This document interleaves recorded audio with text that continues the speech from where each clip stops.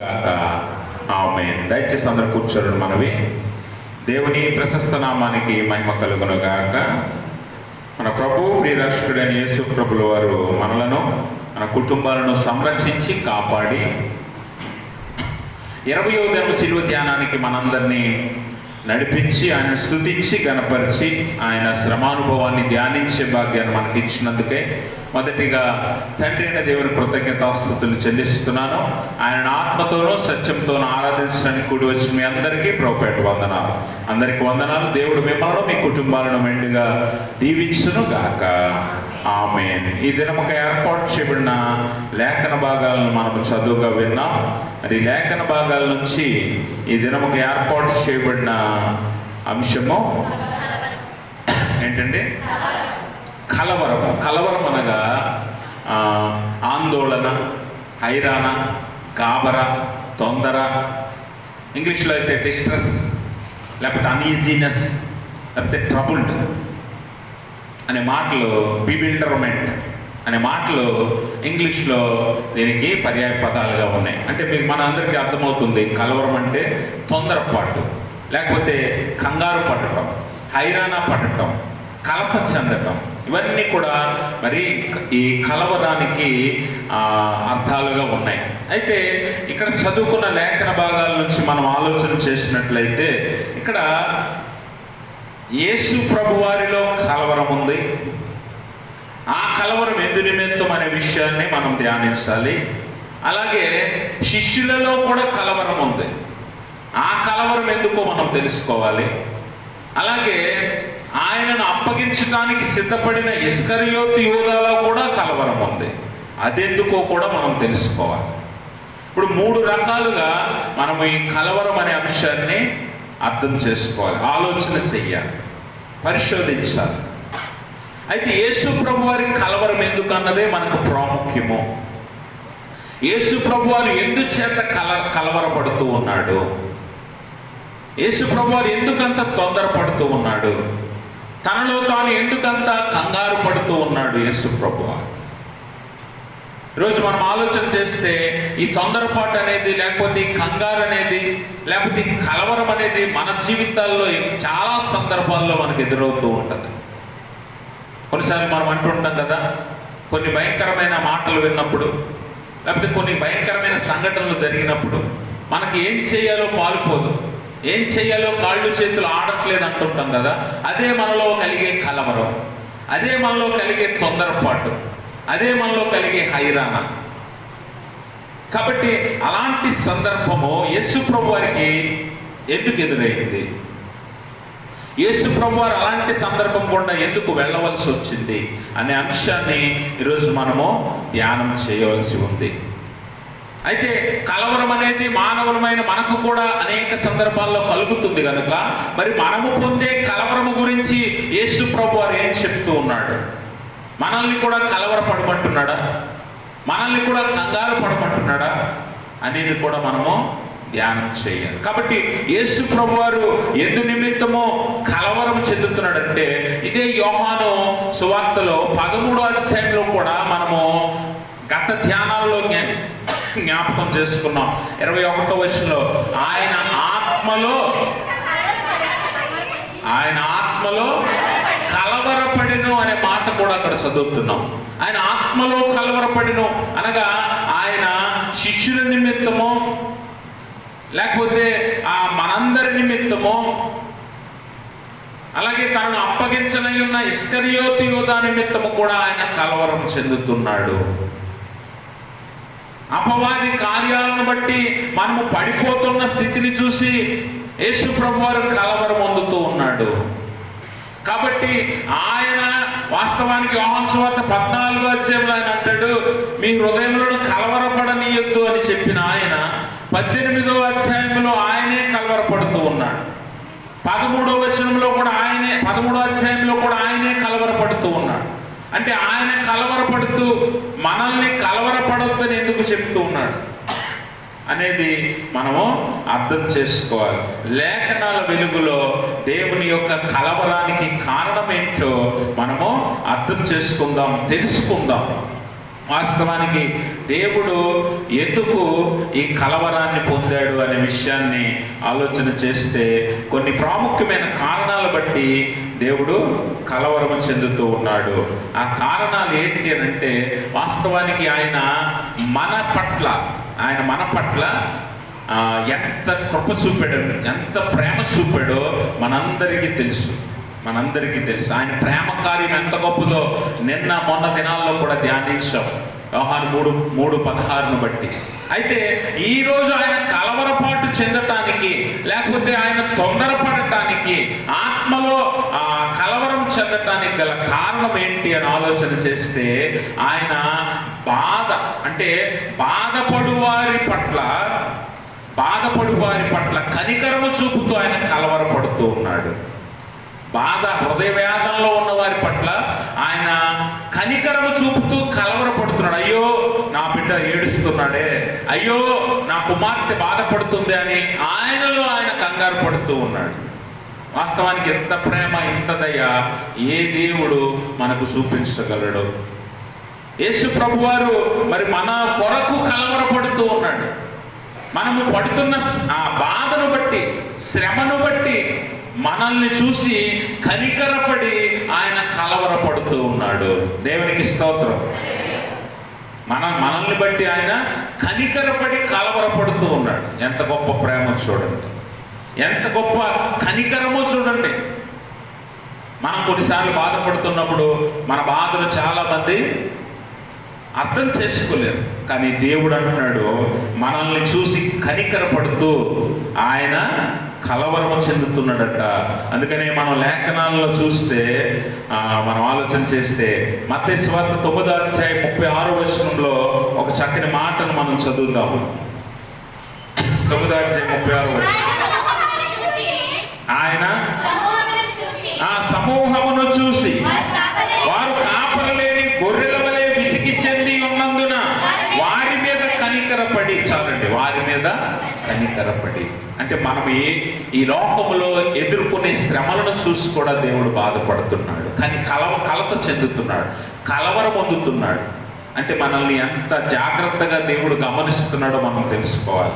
ఎంత జాగ్రత్తగా దేవుడు కనిపెట్టుకొని ఉన్నాడో ఒకసారి మనం ఆలోచన చేసుకోవాలి. కొన్నిసార్లు కలవరం కలిగినప్పుడు, శ్రమ కలిగినప్పుడు, బాధ కలిగినప్పుడు మనం అనుకుంటాం, దేవుడు మమ్మల్ని చూడట్లేదేమో, దేవుడు మమ్మల్ని గమనించట్లేదేమో, మా మీద దృష్టి పెట్టలేదేమో, దేవుడు మమ్మల్ని విడిచాడేమో అని మనం బాధపడుతూ ఉంటాం. కానీ దేవుడట కాపరి లేని జనాంగమును చూసి వారు విసిగు చెంది ఉండుట చూసి, చాలాసార్లు శ్రమను బట్టి నువ్వు విసిగిపోతావు, కష్టాన్ని బట్టి నువ్వు విసిగిపోతావు, లేకపోతే కన్నీళ్ళని బట్టి విసిగిపోతూ ఉంటావు. అలాంటి సందర్భంలో నిన్ను చూసి దేవుడు కనికరపడతాడు. అందును బట్టి నీ కోసము, మన కోసం ఆయన కలవరం చెందుతాడు, మన కోసం ఆయన కలవరం చెందుతున్నాడు. కాబట్టి గమనించండి, మనల్ని ఎంత జాగ్రత్తగా ఆయన కనిపెట్టుకుంటూ ఉన్నాడో, మనల్ని ఎంత జాగ్రత్తగా ఆయన దృష్టించి ఉన్నాడో, మన ప్రతి క్షణమును కూడా ఆయన పరిశీలిస్తూ ఉన్నాడు. మనం ఎదుర్కొనే శ్రమల గుండా మనతో ఉంటాడు. అలాంటప్పుడు నువ్వు బాధపడుతుంటే, నువ్వు కన్నీరు కారుస్తుంటే, నువ్వు దుఃఖిస్తుంటే, నిన్ను చూసి కూడా ఆయన ఏం చేస్తాడట? నిన్ను చూసి కూడా ఆయన కలవరం పడతాడు అనే విషయాన్ని మనం అర్థం చేసుకోవాలి. ఇది మొదటి కారణం. మనము బాధపడుతున్నప్పుడు మనల్ని చూసి దేవుడు కలవరం పొందుతూ ఉన్నాడు, అలాగే మనం గమనించినట్లయితే యేసు ప్రభువారు మరి ధన్యతలో ఒక చక్కని మాట తెలియజేస్తాడు. 5వ అధ్యాయం మత్తయి సువార్త 4వ అంటాడు, దుఃఖపడువారు ధన్యులు, వారు ఏం చేయబడతారట? ఓదార్చబడుదురు.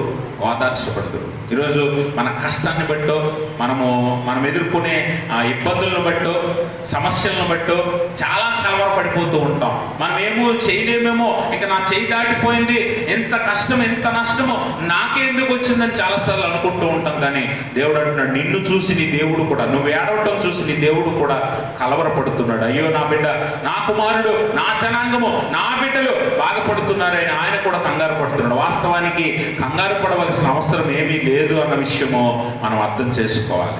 అందుకే మీ హృదయంలో కలవరపడనీయద్దు అని దేవుడు తెలియజేస్తున్నాడు. మీరు గమనించారా, మరియా మార్తలు ఇద్దరు ఉన్నారు కదా, వారిద్దరికి ఒక సహోదరుడు లాజరు అనే సహోదరుడు చనిపోయినప్పుడు వారు సమాధి దగ్గరికి తీసుకుని వెళ్తారు యేసుప్రభు వారు. వారు ఏడుస్తుంటే యేసుప్రభు వారికి తెలియదా లాజరు నేను లేపుతానని? మరి మార్తలకు కూడా ఆయన చెప్తూ ఉన్నాడు, నీ సహోదరుడు బ్రతుకుతాడు అని. అయినా కూడా వారు ఏడవటము, వెక్కి వెక్కి ఏడవటం చూసి యేసుప్రభు వారు కూడా తట్టుకోలేక వారి ఏడుపును చూసి ఆయన కూడా ఏడుస్తున్నాడు. దేవునికి స్తోత్రం. ఈరోజు నీ బాధ, నా బాధ, అందరి బాధ చూస్తాడు ఆయన. మనకు పక్కనే ఉంటాడు, మనకు తోడై ఉంటాడు. మనం బాధపడితే ఆయన కూడా తట్టుకోలేడు. అంత ప్రేమ మన మీద, అంత ప్రేమ. అందుకే మనల్ని బట్టి ఆయన కలవరం పొందుతూ ఉన్నాడు. మనల్ని బట్టి ఆయన బాధపడుతూ ఉన్నాడు, ఆత్మలో కలవరం చెందుతూ ఉన్నాడు. అయ్యో నా బిడ్డలు విశ్వాసమును బట్టి బలంగా నిలబడాలి అని ఆశ కలిగి ఉన్నాడు దేవుడు. అందుకని కొన్నిసార్లు తట్టుకోలేని బాధ మనకు కలిగినప్పుడు నీతో పాటు బాధపడేవారు మనుషులు ఉండకపోవచ్చు. కానీ ఇందాక ఉత్తర పవిత్ర భాగంలో చదువుకున్నాం కదా, మనుషులను నమ్ముకున్నట్టు కంటే యెహోవాను ఆశ్రయించడం మేలు, రాజులను నమ్ముకున్నట్టు కంటే యెహోవాను ఆశ్రయించడం మేలు. ఎందుకనంటే నీవు బాధలో ఉన్నప్పుడు, కష్టంలో ఉన్నప్పుడు, శ్రమలో ఉన్నప్పుడు నీ పక్కన మనుషులు ఎవరు ఉండకపోవచ్చు, కానీ నీ పక్కన నీ దేవుడు ఉంటాడు. నీ దేవుడు ఉంటాడు. నువ్వు బాధపడుతుంటే ఆయన కూడా కలవరం చెందుతూ ఉంటాడు అనే విషయాన్ని మనము అర్థం చేసుకోవాలి. కాబట్టి గమనించండి, దేవుడు మన పట్ల మరి మన బాధను చూసి కలవరం పొందుతూ ఉన్నాడు. రెండవ కారణం ఏంటంటే ఆయన పాపము వల్ల వచ్చిన ఆ ఉపద్రవము ఎంత నష్టాన్ని కలుగ చేస్తుందో అని ఆయన కలవరం పొందుతున్నాడు. పాపం వల్ల వచ్చే ఆ ప్రతిఫలం, పాపం వల్ల వచ్చే ఆ జీతాన్ని బట్టి ఆయన కలవరం పొందుతున్నాడు. ఈరోజు మనందరము పాపులమని దేవుని వాక్యం తెలియజేస్తుంది. మనందరము అపవిత్రులమని, మన జీవితంలో ఏదో ఒక సందర్భంలో పాపం చేసి పడిపోయిన వారమని మనందరికీ తెలుసు. పరిశుద్ధ గ్రంథము కూడా అదే చెప్తుంది, ఏ భేదము లేక అందరూ పాపం చేశారని. కాబట్టి ఆ పాపం వల్ల మనం పొందే జీతము మరణమై ఉన్నది. ఆ భయంకరమైన మరణం నుంచి మనల్ని తప్పించడానికి యేసుప్రభు వచ్చారు కనుక మనం మరలా ఎక్కడ పాపం చేసి దేవుడికి దూరం అయిపోతామో, లేకపోతే ఆ పాపం వల్ల వచ్చే జీతము మరణాన్ని పొందుతామో అని దేవుడు మరలా ఆయనలో ఆయన కలవరపడుతూ ఉన్నాడు. ఆయనలో ఆయన కలవరపడుతూ ఉన్నాడు. గమనించండి, మనందరి నిమిత్తం ఆయన ఎంత వేదన చెందుతున్నాడో, మనందరి నిమిత్తం ఆయన ఎంత కలత చెందుతున్నాడో, మనందరి నిమిత్తం ఆయన ఎంత బాధ పొందుతున్నాడో ఒకసారి గమనించండి. ఆయన ఒకసారి మనల్ని తప్పించి తన మరణము ద్వారా మనందరికీ రక్షణ ఇచ్చినప్పుడు, అందులోనికి వచ్చి మరలా మనం తప్పిపోయి పాపం చేయడానికి వెళుతున్నప్పుడు మనం పొందే శిక్షను బట్టి, పాపం వల్ల వచ్చే జీతాన్ని బట్టి మనల్ని చూసి ఆయన కలవరం పొందుతూ ఉన్నాడు. మనల్ని చూసి ఆయన కలవరం పొందుతున్నాడు. అందుకనే మనం ఆలోచన చేస్తే సామెతలు 6వ అధ్యాయం 15వ వచనం ఒకసారి చదువుతాం. సామెతల గ్రంథం 6వ అధ్యాయం 15వ వచనం. కాబట్టి ఆపద వాని మీదకి వాడు తిరగలేకుండా ఆ క్షణమందే నలుగగొట్టబడును.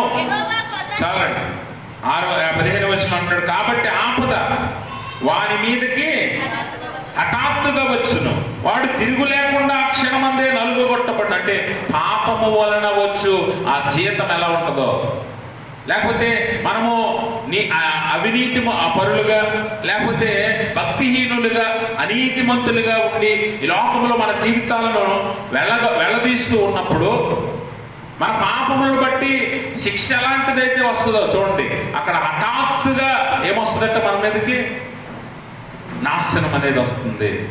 అలా వచ్చినప్పుడు నిన్ను చూసి అయ్యో నా బిడ్డ నాశనం అయిపోతున్నాడే అని దేవుడు కలవరం పొందుతాడు.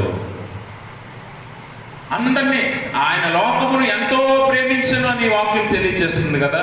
అందులో అందరము ఉన్నామన్న సంగతి మనందరికీ తెలుసు. అందరూ ఉన్నప్పుడు అందరూ రక్షణలోనికి రావాలనే దేవుడు కోరుకుంటాడు. ఏ ఒక్కడు నాశనం అయిపోకూడదనే, ఏ ఒక్క ఆత్మ పాడైపోకూడదనే ఆయన కోరుకుండి మనందరి పట్ల దీర్ఘశాంతం వహిస్తున్నాడు. ఇంకా నిన్ను క్షమిస్తున్నాడంటే కేవలము ఆయన దీర్ఘశాంతము, ఆయన కృప మాత్రమే.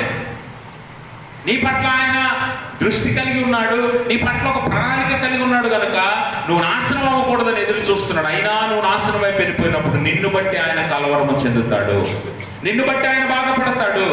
అది చూడండి, నాశనం ఎలా వస్తుందట, కాబట్టి ఆపద వాని మీదకి హఠాత్తుగా వస్తుందట. హఠాత్తుగా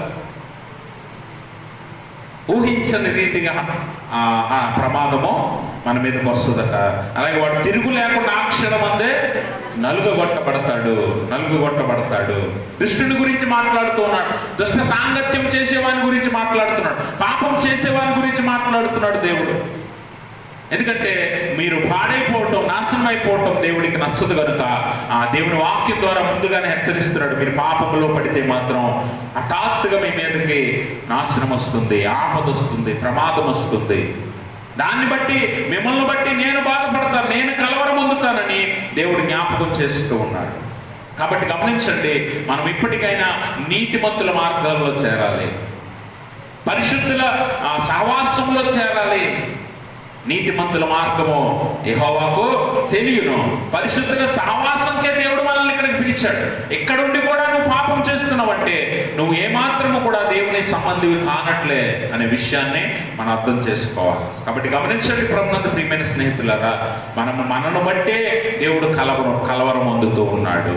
మనల్ని బట్టే దేవుడు కలవరం పొందుతూ ఉన్నాడు. కాబట్టి ఆ కలవరం కారణము మనమే. ఆయన ఎంత తీవ్రత కలిగి, ఆత్మలో తీవ్రంగా ఆయన కలవరం పొందుతున్నాడట. ఆయన శిలువ మరణానికి వెళ్ళటానికి సిద్ధపడిన ఆ కలవరంతో పాటు మనందరము నాశనం అయిపోతామేమో, లేకపోతే రక్షణలోనికి రాకుండా అపవాది చేతికి చిక్కిపోతామేమో అని ఆయన కలవరం పొందుతూ ఉన్నాడు. కాబట్టి ఆ పాపం వల్ల వచ్చే జీతాన్ని బట్టి ఆయన కలవరం పొందుతున్నాడు.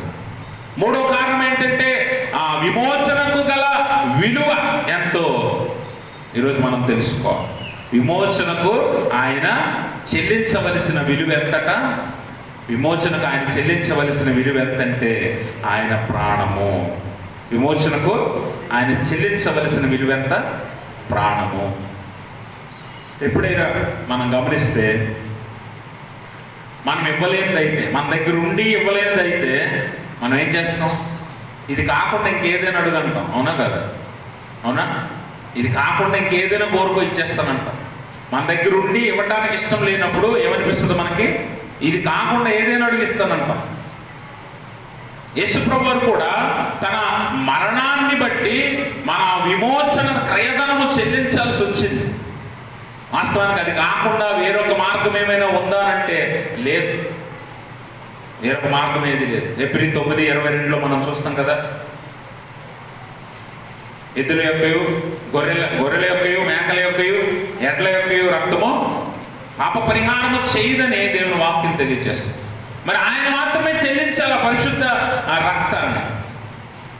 కాబట్టి ఇంకొక అవకాశం లేదు, ఇంకొక మార్గం లేదు. పాప పరిహారానికి చెల్లించవలసిన విమోచన క్రయధనం ఎంతట? ఆయన పరిశుద్ధ రక్తం.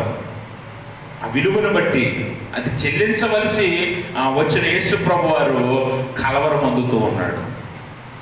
ఎవరి కొరకు చెల్లించవలసి వచ్చిందట? ఎవరి కొరకు చిందించాల్సి వచ్చిందట? మనందరి కొరకే. మరలా మనం చేసిన పాపమే దానికి కారణమై ఉన్నది. మరలా మనం చేసిన పాపమే దానికి కారణమై ఉన్నది. ఆ పాపాన్ని బట్టే ఆయన అత్యంత విలువైన విమోచన క్రయధనం చెల్లించాల్సి వచ్చిందట. ఈ విమోచన క్రయధనము మనము ఎక్కడ సంపాదించలేము. అందుకనే దేవుడు వాక్యం ఉంటుంది, he came to this world to lay his life for many as ransom అంటాడు. అంటే ఆయన విమోచన క్రయధనముగా అనేకుల వరకు తన ప్రాణం పెట్టుటకు ఈ లోకానికి వచ్చాడు. ఎందుకు తెలుసా? అంత విలువైన క్రయధనము ఆయన తప్ప ఎవడు చెల్లించలేడు. దేవునికి స్తోత్రం. మనం ఎన్ని చేసినా, ఏం చేసినా ఈ పాప విమోచన క్రయధనాన్ని మనం చెల్లించలేం. అందును బట్టి ఆయన కలవరం పొందుతూ ఉన్నాడు.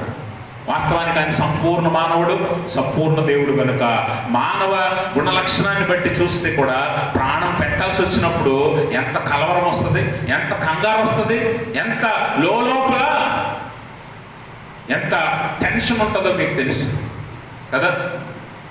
అలాంటి సందర్భంలో మానవ లక్షణముగా యేసుప్రభు వారు కలవరం పొందుతున్నాడు.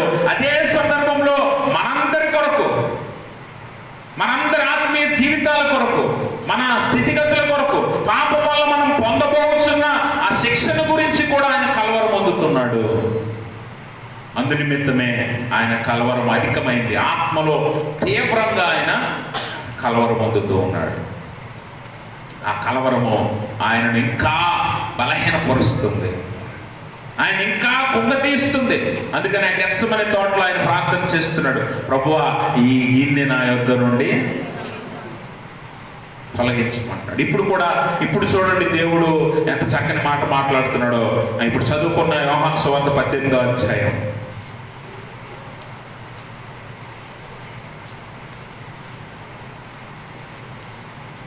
10వ వచనం చదువు. 11 చదవండి. ఆ దాసుని పేరు మల్కు. యేసు కత్తి వలలో ఉంచుము, తండ్రి నాకు అనుగ్రహించిన గిన్నెలోనిది నేను త్రాగకుందునా అని పేతురుతో అన్నాడు. గమనించారా? అక్కడేమో ప్రార్థన చేసేటప్పుడు గెత్సెమనే తోటలో ప్రభువా ఈ గిన్నె నా యొద్ద నుండి తొలగించు, లేని ఎడల నీ చిత్తమే జరిగించు అన్నాడు కదా. ఇప్పుడేమో ఆయన కలవరం పొందినా, బాధ పొందినా, కృంగిపోయినా, ఎంత శ్రమ గుండా ఆయన వెళ్ళినా కూడా దేవుని చిత్తమేదో దాన్ని అంగీకరించడానికి సిద్ధపడుతున్నాడు. దేవునికి స్తోత్రం. ఈరోజు చాలా మంది మన జీవితాల్లో కూడా ఆత్మీయ స్థితుల్లో, లేకపోతే వ్యక్తిగత జీవితాల్లో, కుటుంబ జీవితాల్లో మనకు ఎదురయ్యే శ్రమలను బట్టి దేవుని చిత్తము కాకుండా వేరొక చిత్తం ఏదైనా దొరుకుతుందేమో ఎదురు చూస్తుంటాం. ఇంకొకటి ఏదైనా జరిగితే బాగుంది అనుకుంటాం. ఆ శ్రమ నుంచి తప్పించుకోవడానికి ప్రయత్నం చేస్తాం. కానీ యేసు ప్రభువు అలా చేయలేదు. ఆయన ఎంత కలవరం పొందినా మానవులను బట్టి, ఆయన వ్యక్తిగత కలవరాన్ని పక్కన పెట్టి మనందరి నిమిత్తము కలవరం పొంది ఆయన ఏమాత్రము వెనకడుగు వేయకుండా దేవుడు ఆయన ముందు వచ్చిన గిన్నెలోని త్రాగటానికి సిద్ధపడుతున్నాడు, ప్రాణం పెట్టడానికే సిద్ధపడుతున్నాడు, రక్తం చిందించడానికే సిద్ధపడుతున్నాడు, శిలువ మరణం పొందటానికి అడుగులు వేస్తూ ఉన్నాడు. ఎంత గొప్ప ప్రేమ చూడండి, ఎంత గొప్ప దేవుడో చూడండి. ఆయన వెనకడుగు వేయట్లేదు. మన నిమిత్తమే ఎక్కువ కలవరం పొందుతున్నాడు. ఆయన నిమిత్తం ఆయన కలవరం పొందటము కొంచెమైతే మన నిమిత్తమే అత్యధికముగా కలవరం పొందుతున్నాడట. ఒకవేళ ఆయన వెనక తీసి శిలువ మరణము పొందకపోతే మనం ఇంకా మరి ముఖ్యముగా నాశనం అయిపోతామని ఆయనకి తెలుసు. అందుకే మన నిమిత్తమే ఆయన కలవరం ఎక్కువ పొందుతున్నాడు, మన నిమిత్తమే ఆయన అడుగులు ముందుకేస్తున్నాడు శ్రమలో కూడా. అందుకనే గమనించండి ప్రభునందు ప్రియమైన స్నేహితులారా, దేవుడు మన కొరకు తన ప్రాణం పెట్టడానికి, విలువైన విమోచన క్రయధనాన్ని చెల్లించడానికి ఈ లోకానికి వచ్చి ఉన్నాడు. మొదటి పేతురు పత్రిక 1వ అధ్యాయము 18వ వచనాన్ని ఒకసారి చదువుతాం. మొదటి పేతురు పత్రిక.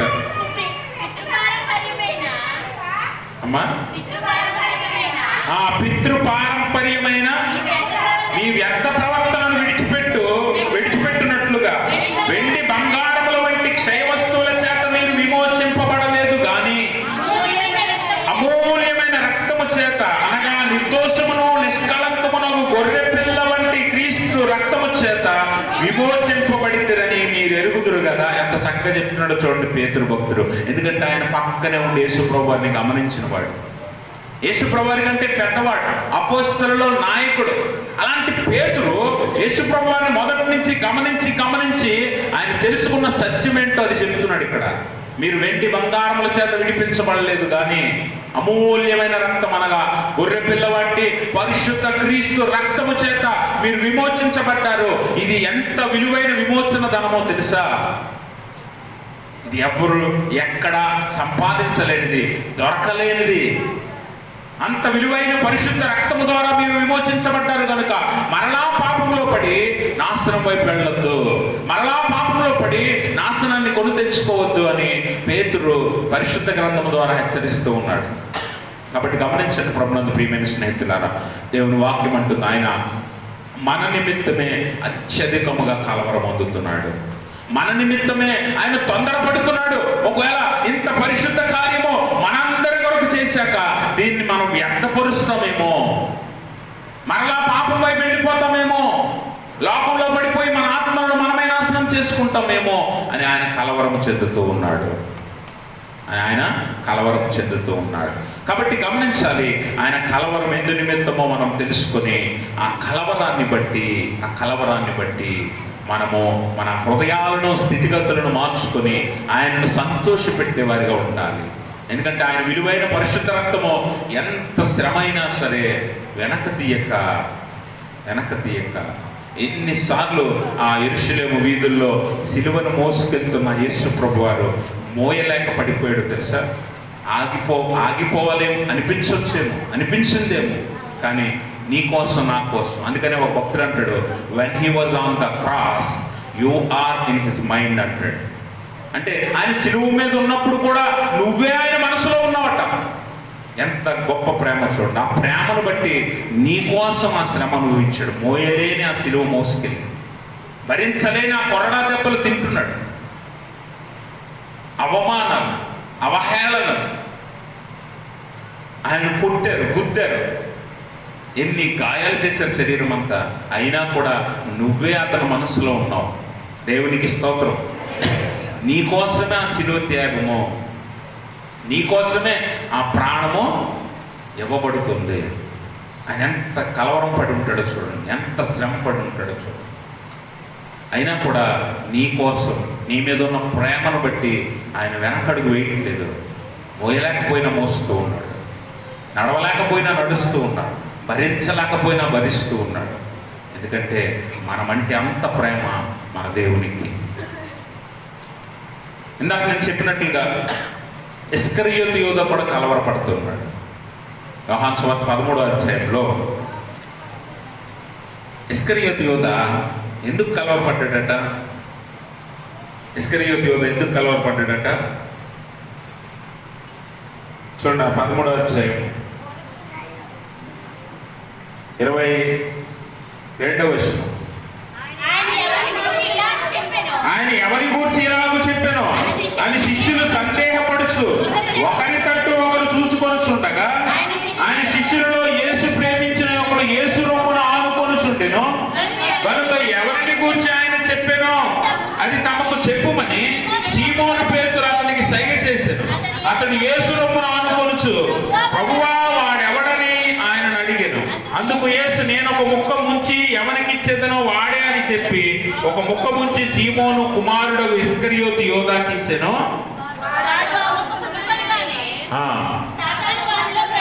చాలండి, అప్పుడు 30వ వచనం చదవండి.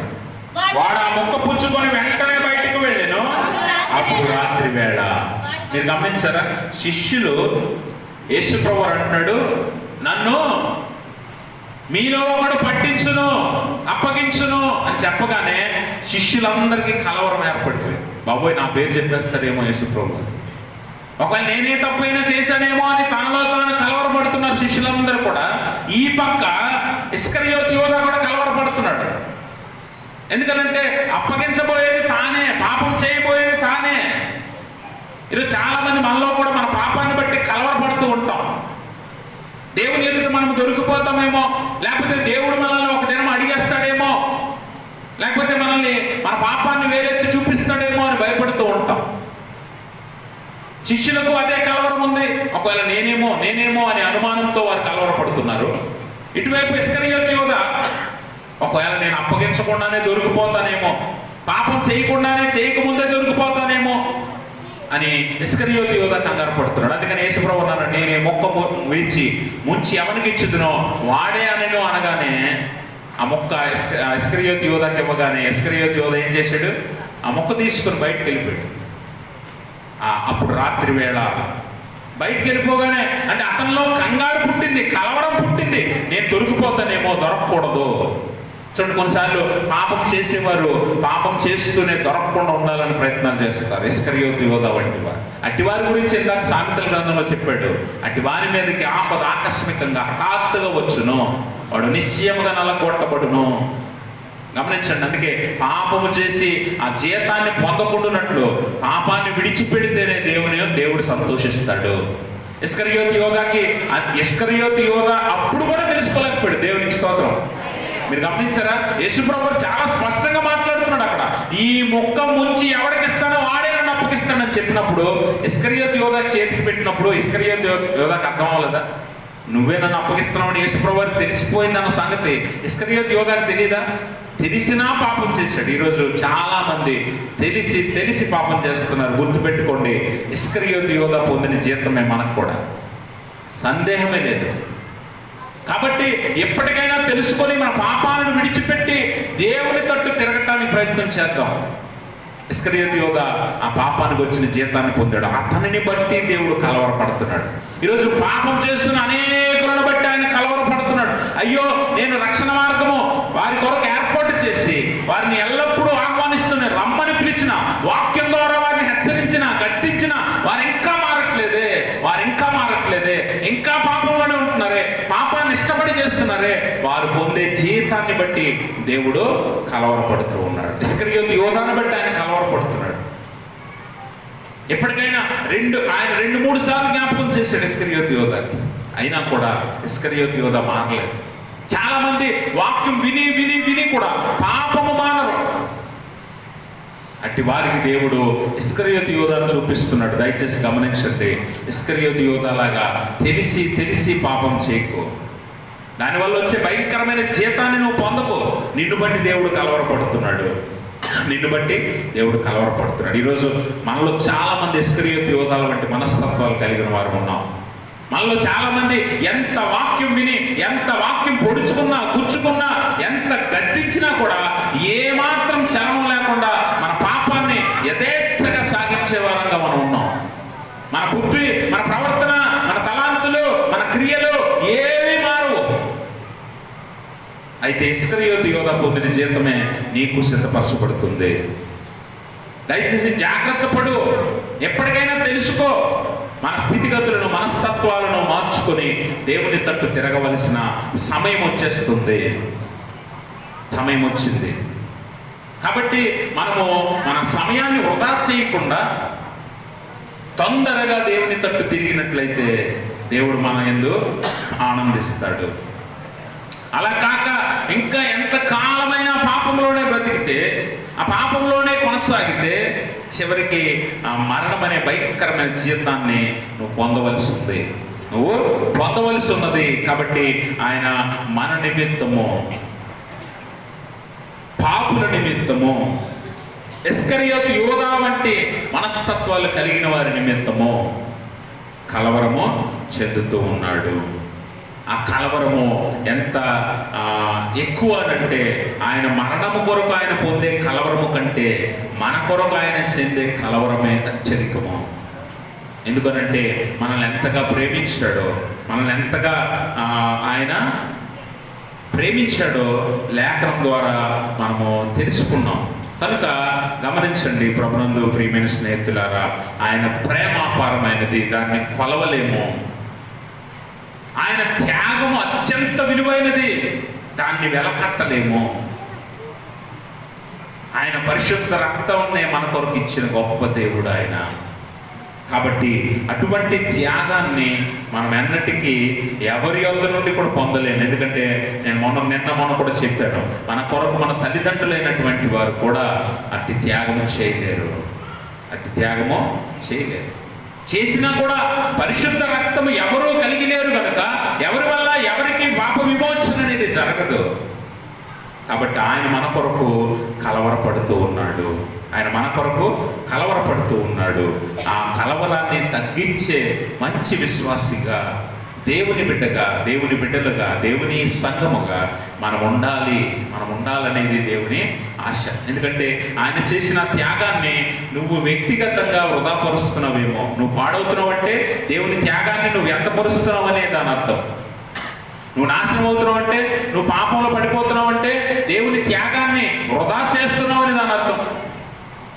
ఆ త్యాగము నీ వల్ల నీకు వృధా వచ్చేమో కానీ ఆయన అనేకుల కొరకు, అనగా లోకమంతటి కొరకు ప్రాణం పెట్టాడు కనుక, ఆ లోకము అనేక మంది ఉన్నారు కనుక వారు రక్షించబడిన దేవుడు సంతోషిస్తాడు. అయితే ఏ ఒక్క ఆత్మ నాశనం అవ్వకూడదనే దేవుని ఆశ కనుక నువ్వు పాడైపోయినా నిన్ను బట్టి దేవుడు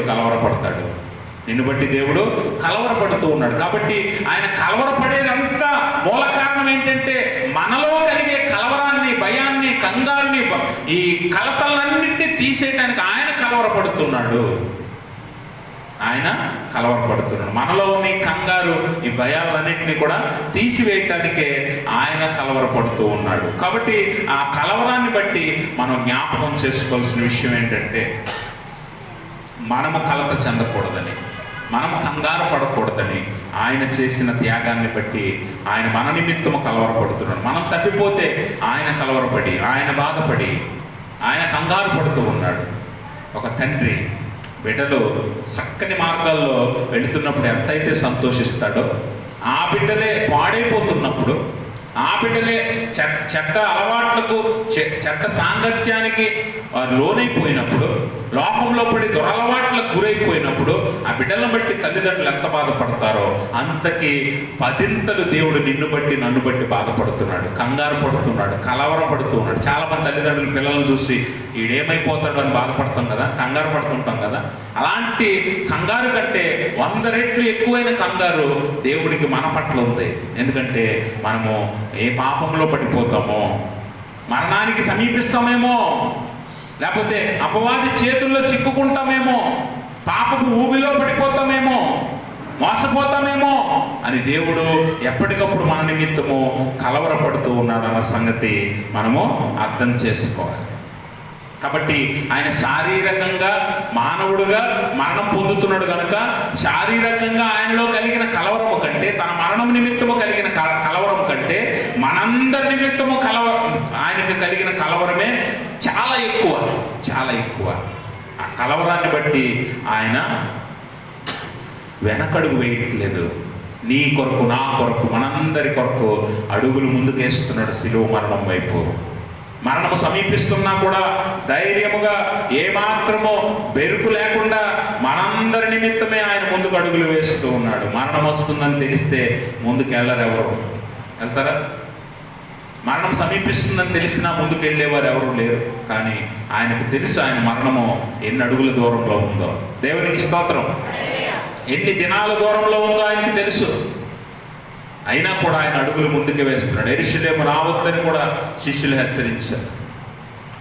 అయినా కూడా ఆయన ముందుకే వెళ్తున్నాడు తప్ప వెనకడుగు వేయట్లేదు. ఈరోజు క్రీస్తు సేవకులుగా, సైనికులుగా, విశ్వాసులుగా, ఆయన బిడ్డలుగా, ఆయన కుటుంబముగా, విశ్వాస జీవితంలో ఎన్ని శ్రమలు వచ్చినా ముందుకే మన అడుగులు వెళ్ళాలి. వెనకడుగు వేసే విశ్వాసిగా, వెన్ను చూపే విశ్వాసిగా మనం ఉండకూడదు. ఎందుకంటే దేవుడు అంటున్నాడు, నేను నీ కొరకు లోకమును జయించను. మీరు భయపడద్దు. లోకం మిమ్మల్ని ద్వేషిస్తుంది, లోకం మిమ్మల్ని దూషిస్తుంది. అయినా కూడా మీరు భయపడద్దు. ఎందుకంటే ఆ లోకాన్ని నేను ఎప్పుడో జయించేస్తాను. అది మిమ్మల్ని ఏమీ చేయలేదు, అది మిమ్మల్ని ఏమీ చేయలేదు. మహా అయితే మీ ప్రాణాలు తీయగలదేమో. ప్రాణం ఎంత? దేవుడు అంటున్నాడు, మీ శరీరాలను నాశనం చేసే వారికి మీరు ఏమాత్రం భయపడద్దు, కానీ మీ శరీరమును, ఆత్మను నరకంలో వేసి నాశనం చేయగలవానికి మీరు భయపడండి. అంటే దేవునికి మాత్రమే భయపడండి, మనుషులకు మీరు భయపడద్దు. అపవాదికి అస్సలు భయపడద్దు. అపవాదిని ఎదిరించండి, అప్పుడు వాడు మీ వద్ద నుండి పారిపోతాడు. కాబట్టి గమనించండి, మరి ఈ లోకంలో మనము ఏమాత్రం ఎన్ని శ్రమలు వచ్చినా, ఇబ్బందులు వచ్చినా క్రీస్తు చేయి పట్టుకొని ముందుకు నడవాలి తప్ప వెన్ను తిరిగి పారిపోకూడదు, వెన్ను చూపించకూడదు. సైనికుడు, అందుకే పౌలు ఎక్కువగా రోమా ప్రభుత్వ సైనికుడిని జ్ఞాపకం చేస్తాడు. సైనికుడు ఎలాగైతే ఆ యుద్ధోపకరణాలు ధరించుకుంటాడో, ఆ సైనికుడు ఎప్పుడు గొప్ప సైనికుడు అవుతాడంటే వెన తిరిగి పారిపోయేవాడు గొప్ప సైనికుడు కాదు, ముందుకెళ్ళేవాడే. శ్రమలలో ఎన్ని బాణాలు గుచ్చుకున్నా, ఎన్ని దెబ్బలు తగిలినా ముందుకెళ్ళేవాడే నిజమైన సేవకుడు, క్రీస్తు సైనికుడు. అటువంటి సైనికులుగా, విశ్వాసులుగా మనం ఉండాలని అపొస్తలుడైన పౌలు రోమా సైనికుడిని వివరిస్తూ, విశ్వాసిగా మనము యుద్ధోపకరణాలు అనగా ఆత్మీయ యుద్ధోపకరణాలు ధరించుకోవాలని ఆయన తెలియజేస్తారు.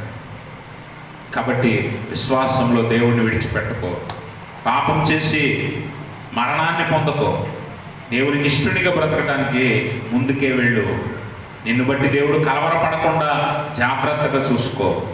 నిన్ను బట్టి దేవుడు సంతోషించేలా నువ్వు జీవించు. అదే నీకు గొప్ప బహుమానం. దేవుడు ఇప్పటికే నీ కొరకు చేయవలసిన త్యాగం చేసేసాడు. అయితే ఆ త్యాగాన్ని బట్టి నువ్వు పొందవలసిన బహుమానాన్ని పొందేలా నువ్వు జీవించాలి. ఇప్పుడు బాధ్యత నీ మీదే ఉంది. నీ విశ్వాస జీవితాన్ని, నీ భక్తిని ఎంత జాగ్రత్తగా కాపాడుకుంటూ ఈ జీవితాన్ని నువ్వు జీవిస్తావో జీవించు. చివరికి దేవుని ఎదుటి నిలవబడినప్పుడు బలా నమ్మకమైన మంచి దాసుడా, బలా నమ్మకమైన మంచి దాసురాలా అని నువ్వు, నీ కుటుంబాలు అనిపించుకునేలా నువ్వు జీవించాలి. అట్టి స్థితి దేవుడు తన పరిశుద్ధాత్మ ద్వారా మనందరికీ దయచేయునుగాక. ఆమేన్. సమస్త జ్ఞానమును మించిన దేవుని సమాధానం యేసుక్రీస్తు వల్ల మీ హృదయములకు మీ తలంపులకు కావలి ఉండును గాక. దయచేసి అందరు కూర్చోవాలని మనవి.